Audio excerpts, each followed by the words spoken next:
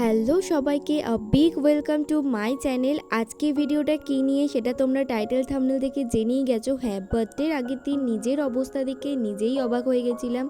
নিজের চুল থেকে শুরু করে মুখে এতটাই খারাপ অবস্থা ছিল, তাই ভাবলাম নিজেকে একটু গ্লো আপ করা যাক, প্যাম্পার করা যাক, আর সেটা তোমাদের সাথে শেয়ার করি।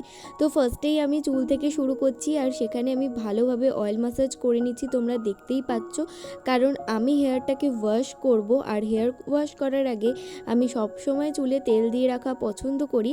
সেটা তার আগের দিন দিয়ে রাখি, নয়তো 30 মিনিটস আগে আমি তেলটা ভালোভাবে অ্যাপ্লাই করে নিয়ে তারপরে 30 মিনিটস রেখে দিই। আর এখন আমি চলে আসছি ফেসিয়াল হেয়ার রিমুভ করতে। আমি কিন্তু সবসময় ফেসিয়াল হেয়ার রিমুভ করি না, যখন আমার কোনো স্পেশাল অকেশান থাকে তখনই আমি ফেসিয়াল হেয়ার রিমুভ করি। আর আমার আইব্রো তো সবসময় মাসিমণিই করে দেয়, কিন্তু আজকে আমি আইব্রোটা রেজার দিয়ে সেভ করে নিচ্ছি, কারণ মাসিমণির শরীরটা অতটাও ভালো নেই। আর যেহেতু আমি রেজার ইউজ করছি, তো আমি সেখানেও আইব্রোটাও করে নিতে পারবো। আমার যেহেতু একটা পিম্পলস হয়ে আছে, তো সেই জায়গাটাকে অ্যাভয়েড করেই কিন্তু আমি রেজারটাকে করেছি। এবার দেখো আমি ফেসটাকে ভালোভাবে ওয়াশ করে নিচ্ছি ফেস ওয়াশ দিয়ে। তখন কিন্তু আমি একটা হালকা হাতে ম্যাসাজও নিয়েছি। তারপর আমি এখানে স্ক্রাবার ইউজ করছি। তোমরা তোমাদের পছন্দ মতন যে কোনো স্ক্রাবার ইউজ করতে পারো, আর সেটাকেও আমি খুব হালকা হাতে অ্যাপ্লাই করে ম্যাসাজ করে নিচ্ছি। কারণ এখানে যে আমাদের ওপেন পোর্সগুলো থাকে সেগুলোকে ভালোভাবে, সেই ডার্টগুলোকে ক্লিন করে দেয় আমাদের স্ক্রাব। তো এটাকেও আমি 2-3 মিনিট রেখে দিয়েছিলাম। তারপর আমি হেয়ারটাকে ওয়াশ করে চলে এসেছি, কিন্তু আমি হেয়ার ওয়াশ করে কন্ডিশনার অ্যাপ্লাই করিনি। আজকে আমি একটা মাস্ক অ্যাপ্লাই করব। আর এই বাড়িতে বসে স্পা আমি কিভাবে করি সেটা তোমরা আমার চ্যানেলে ভিডিও আছে লম্বা, সেই ভিডিওটা দেখে নিতে পারো। তো আমি এখন সেকশন করে করে চুলে এই মাস্কটা অ্যাপ্লাই করব। সবসময় চেষ্টা করবে কোনো হেয়ার মাস্ক বা স্পা ক্রিম লাগানোর আগে সেই হেয়ারটাকে ভালোভাবে ওয়াশ করে নিতে, কারণ আমাদের যদি চুলে ময়লা থেকে থাকে তাহলে কিন্তু সেই প্যাকটা কোনো রকমই কাজ করবে না।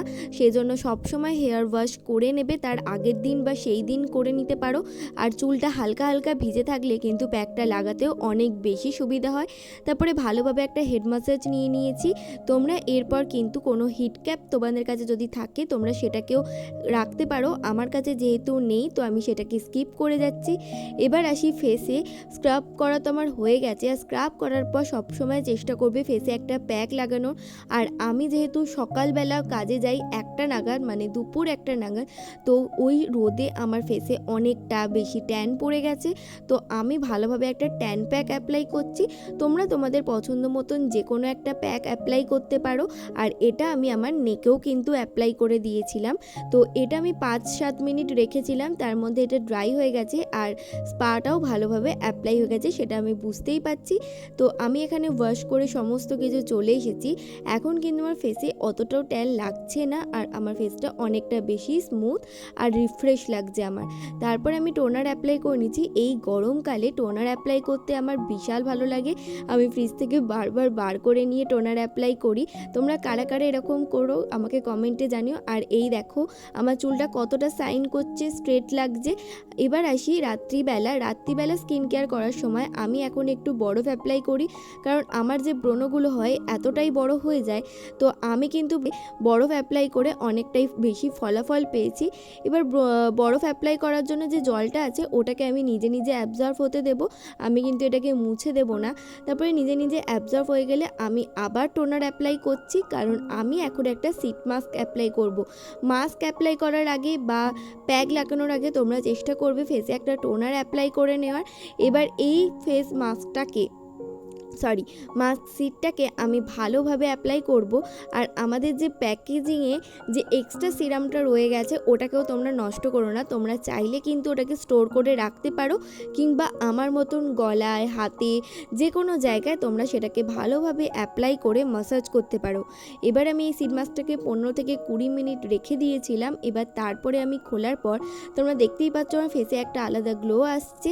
আর ফেসে যে এক্সট্রা যে সিরামটা আছে সেটা এটাকে আমি ভালোভাবে ম্যাসাজ করে নিচ্ছি। হ্যাঁ, পার্লারে ফেসিয়াল করলে যে গ্লোটা আসে সেটা তো আর বাড়িতে আসবে না, তবু ম্যাসাজ করলে অনেকটা বেশিই গ্লো আসে।